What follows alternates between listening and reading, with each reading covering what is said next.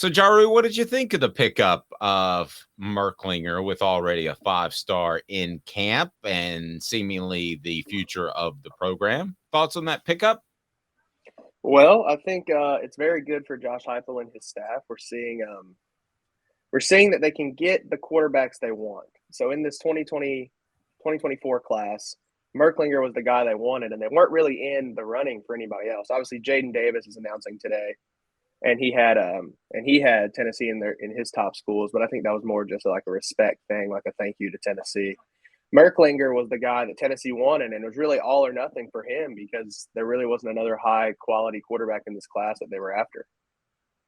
It's pretty strong to get him, especially from Georgia. And this is something we talked about before we get to some other guys that we talked about before you came on, and that was whether or not he went to North Carolina or Tennessee. There was going to be competition. You got Drake May there at North Carolina. He doesn't seem afraid of competition. So while this is a non-binding verbal commitment, it seems like one that'll stick to me. Yeah, I don't see that he'll decommit or flip anywhere. Obviously, in this day and age, if he gets to Tennessee and after sitting a year, he doesn't want to sit another year, you can always just transfer. So, I mean, I guess it does make the decision easier, but it also adds like that backup plan. Like, hey, I can go to Tennessee, get developed, get coached. And if for some reason he decides he doesn't want to compete anymore, or Nico is like the for sure starter his sophomore year, he can always just transfer somewhere else. But I think we'll see Merklinger become what Nico is this year and just kind of being able to push Nico to that next level until Nico either gets drafted or something happens, or and then Jake Merklinger can take that starting role. Amari Jefferson is a wide receiver that Tennessee's taking a look at. What can you tell me about Amari Jefferson? By the way, you may have a new nickname, Rootin' Tootin' Crootin' Caleb. There you go. But Amari Jefferson is an interesting case because he's committed to Tennessee for baseball. But recently, a lot of his offers and attention has come from football. So it's kind of one of those things, and y'all probably know a little more than me about this, but it's obviously very difficult to play two sports in college. Iowa had a pitcher who was also a wide receiver, and he was on scholarship to be a wide receiver. And then I think maybe 2 weeks ago, he tweeted out that he'll no longer be pursuing football and he'd be just pitching for Iowa. So I mean, it's very, very hard to play both baseball and football in college. But obviously, he liked Tennessee enough to commit to Tony Vitello in baseball. So I don't see why Tennessee couldn't get a commitment here in football. And he's an in-state guy from Baylor School in Chattanooga. But the only thing is Tennessee's competing with just about every other top school in the country. You got Alabama, Georgia, Colorado's in here, Oregon. So obviously he's keeping his options open. But I'll just go back to what I said before. If he liked Tennessee enough to commit for baseball, I don't see why the 4-star won't commit for football. There you go. By the way, slight sidetrack. General Nealon said Arian Carter will be a flat-foot stud. Mark my words. I think he meant flat-out stud. I don't think he's going to be flat-footed like me. But I'm hearing the same thing, General Nealon, just so you know. Talking Cruton brought to you by Craft Treats, crafttreats.com. Use the promo code Off the Hook for their chill pills. Their chill pills will help your pet with digestive issues, anxiety issues, or they might have arthritis issues. That's crafttreats.com. Use the promo code Off the Hook for 20% off. Crafttreats.com, promo code Off the Hook. They have other non-CBD awesome treats as well. So, Calhoun, what you got?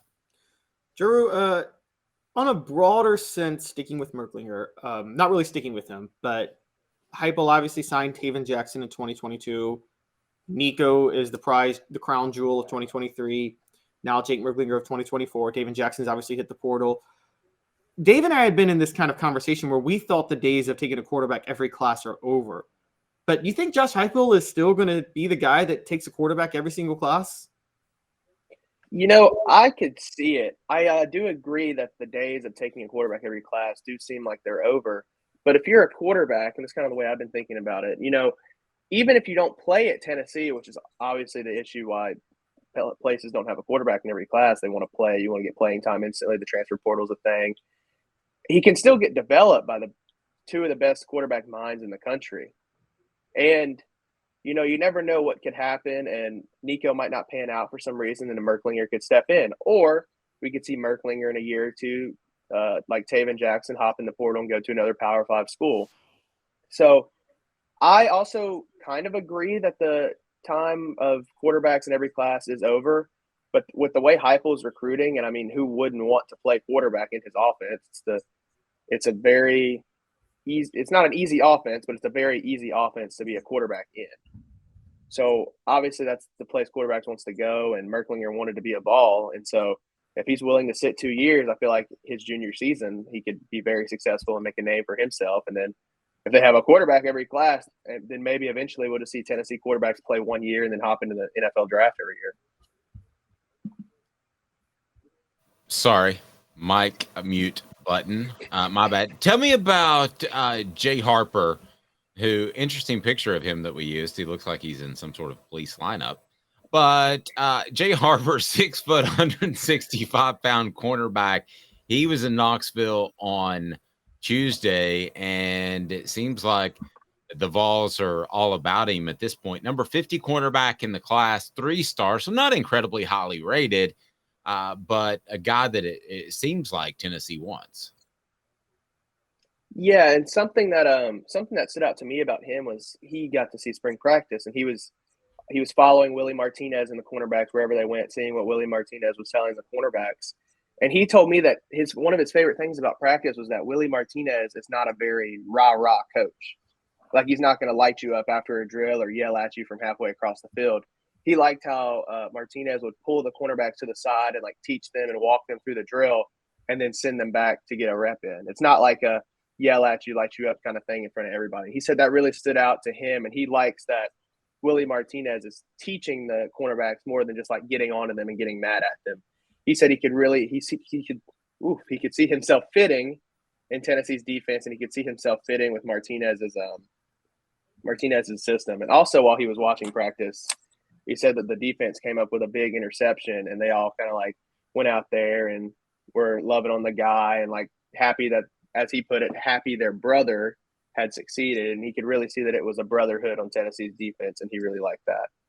I like a coach that when he berates me, I can't understand him, like Ed Orgeron. There you go. or yells to the media in the middle of drills. What's up, Hook? I'm good. I don't think this is an appropriate time to talk. Yeah, Raging Cajun. That's right. Which Jaru is, by the way. I don't know how raging he is, but he is. Yeah, he doesn't sound. You don't sound like Ed Orgeron at all, Jaru. Do your impression. Let's hear it from Jaru. Yeah, Jaru impression. Go Tigers. That's pretty good. But mine's money. Your Orgeron impression is better than your Lou Holtz impression. I will say that. My Lou Holtz impression was awful. As soon as that crossed my lips yesterday, I was embarrassed for myself and everybody associated with Off the Hook Sports. All right, Calvin. Before we go, sorry, can you do a Joe Paterno impression? Me? Yeah. I don't even really. I guess I could prop my leg up when I sit in the press box. Oh, I forgot about that Tennessee game. No, I'm trying to do it like, we're fast. We gotta go do stuff like this. And but really slow when he says it. No, I can't do the Joe Paterno voice. Like, I didn't know if you could. Travis says do Andy Rooney. I could do Andy Rooney all day. I mean, Andy Rooney's easy. You ever wonder why? That's the way he starts every sentence. All right, Caleb, get us a football question. I'm going to get to Brawny, guys. I promise I'll get to Brawny. Everybody's asking about Brawny. So, Jero, all the talk right now is about Jake Merklinger, and obviously J.J. Harrell committed earlier. Maybe the future duo at Tennessee. We don't know, but outside of that, it seems like the class is still defensive heavy. Do you think this is going to be another defensive-laden class 2024, given the issues facing Tennessee right now? I mean, when you look at Tennessee's wide receiver room, you really don't see a hole, even looking at next year, that they really need to fill. And another thing is Heupel has very easily been able to go into the transfer portal and get offensive players that he wants. Like, we look at Dante Thornton, or, we look at McClellan Castles, where, they would needed a tight end, they would get a tight end. You want the best wide receiver in the portal, you get the best wide receiver in the portal. They haven't had that success on the defensive side. So I really do think for the defense, they need to dip into high school and get the guys they want. And also, Tim Banks said that now with the defense where it's at, they actually have depth. They're able to go into high schools and get the guys that they want for their system, not necessarily guys they can get. Because they have the depth, now they can go out and seek guys that fit what they want to do. that physical, aggressive defense where you don't get a lot of rest time, but you're probably blitzing 2 out of every 4 downs, and they can go get those guys. And so I do think that this will be another defensive-heavy class, but Tennessee still needs some offensive pieces as well. You know, a couple O-linemen in every class never hurt. And you're also going to need a tight end because Ethan Davis has impressed, but you're losing 2 tight ends after this year. So I don't think you want your second or third tight end to be walk-ons. Derek Dooley would disagree with you about getting a lineman in every class. Sorry. Oh, sorry. What? You should get a lineman? No, I'm joking. I'm saying Derek Dooley would disagree with Jaru about that you should get a lineman in every class. Remember that, Dave? 2012? Oh, gosh, yeah. That's your guy, too. What? Dave is attaching things to, like, everybody today. Yeah, that's right. Well, you said Derek Dooley's pretty good. I never said that. When we first met, and you said the sentence of, "This might sound crazy, but I'm not as down on Derek Dooley as you might think." I'm like, there's a huge gulf between that and he was very good. He just had an impossible situation. You know he did, Dave. The way I recall it is you said Derek Dooley, Vince Lombardi, same person. Never said that. Do you not recall it that way, Jaru? Is that not what he said? I don't remember it all, but that's definitely something, Calhoun. Yeah. I don't know. You guys are ridiculous. Hey, Calhoun, go put on your orange pants and check the mail. Oh, Lord. He said, I remember him saying, I feel like the Germans right now. Okay, and y'all are coming. Yeah, I remember him saying Derek Dooley check is what he said, and that's what stood out to me. You guys are ridiculous. All right, let's get back to some Cruton. I don't want to get through this without dropping a Deuce. Deuce Night, quarterback out of Mississippi. That one got Caleb. Deuce Night, another quarterback. Goodness gracious, can they get another quarterback? I mean, if you want a quarterback every class, it seems like Deuce is shaping up to be your 2025 guy. He got to watch spring practice, caught up with Heupel and Halsley. He really, really liked how Halsley was coaching Joe Milton. He was impressed with Joe Milton. He said he could throw the ball 100 yards with no effort. He said he liked Nico, and he's a smart kid. He could really tell that, like, every quarterback in Tennessee's room kind of has a different play style. He walked me through how Halsley talked about it. He sat in their QB meetings, and he could tell that, like, they understood the terminology. They understood what was happening. You know, Milton has that big arm, and he can throw it 100 yards. But then you have Nico, who's more of a smooth-footed quarterback with a smoother-looking release. He's not really going to throw it 100 yards, but he just kind of looks like your prototypical quarterback. He really liked Tennessee. And another thing that stood out to me is Halsley talked to him about Drew Lock and Hendon Hooker and how they came in. You know, Hendon Hooker didn't come in very highly touted out of Virginia Tech, and then Drew Lock, before Halsley got over there, was not very good. And he showed them how every year they improved to kind of sell him on the fact that if he comes to Tennessee every year, he'll develop and improve. So I thought that was kind of cool. And it also shows probably why they're able to recruit quarterbacks so easily is because there's proof. Like you can tell a recruit, hey, look at what we did with Hendon Hooker, or look what we did with this guy and how much better they got. Why can't we do the same with you? Okay, so 3-star offensive tackle Mike Williams talks top 8. So he released that, and he visited Tennessee. What did Mike have to tell you? Well, he was impressed with Tennessee. He liked Glenn Ellerbe. It seems like a common trend is that a lot of people like Tennessee's coaches. He said that Ellerbe coaches a lot differently than some of the other coaches he's been around whenever he took visits. You know, he said Ellerbe was very, very, very, in his words, keen on the fundamentals. He wanted to make sure every offensive lineman had the technique completely correct in every drill. And, I mean, we've seen that too. I mean, if an O-lineman is even a step off in one of the drills they do, Ellerbe stops the whole thing and explains the drill. Or as he told us, Cooper Mays stops the drill and explains it to the younger guys how to do it correctly. He said that stood out to him. He said it was high intensity. And he said Ellerbe to make sure that if you don't have the technique right, that you're not on the field. Like he said it a bunch that Ellerbe is really, really a fundamental coach, and that's something that he likes and that he can jive with and enjoy.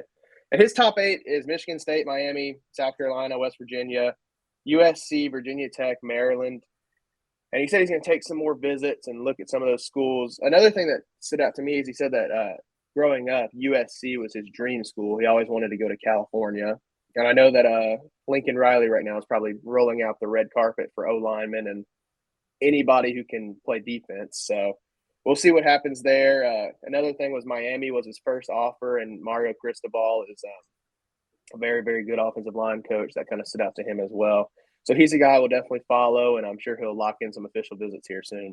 You've been at practice, shifting away from recruiting before we get to the Bronny James thing. So you've been at practice. What do you think of that guy named Nico?